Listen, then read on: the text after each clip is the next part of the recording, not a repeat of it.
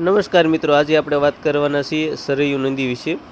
ભગવાન રામની જન્મભૂમિ અયોધ્યા, ભગવાન રામ અને અયોધ્યાનું વર્ણન સરયુ નદીના વર્ણન વગર અધૂરું છે।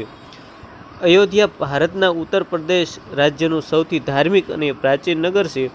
એવું કહેવાય છે કે આ નગરને ભગવાન મનુ દ્વારા વસાવવામાં આવેલું છે। પ્રાચીન સમયમાં અયોધ્યાને કૈસલ નગર પણ કહેવામાં આવતું હતું।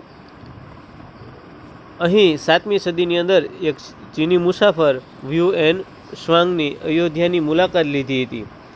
તેણે આપેલી માહિતી મુજબ અહીં 20થી વધુ મંદિરો હતા।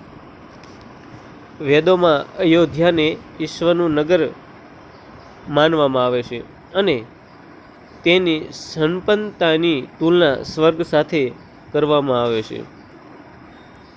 અયોધ્યાની નગરી ઘણા વર્ષો સુધી સૂર્યવંશી રાજાઓની રાજધાનીનું કેન્દ્ર હતું અને નગર હતું।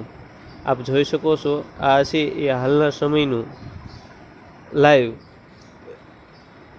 જે સરયુ નદી છે એનો તટનો કિનારાનો આ છે એ વિડીયો છે। આપ જોઈ શકો છો, ત્યાં ધાર્મિક ભક્તો છે અહીંયા ફરવા માટે, નદીની મુલાકાત લેવા માટે, વિધિ વિધાનો માટે સરયુ નદીના કિનારે છે એ આવતા હોય છે। અને આ સરયુ નદી છે એ હિન્દુ ધર્મના લોકોનું આસ્થાનું એક કેન્દ્ર છે।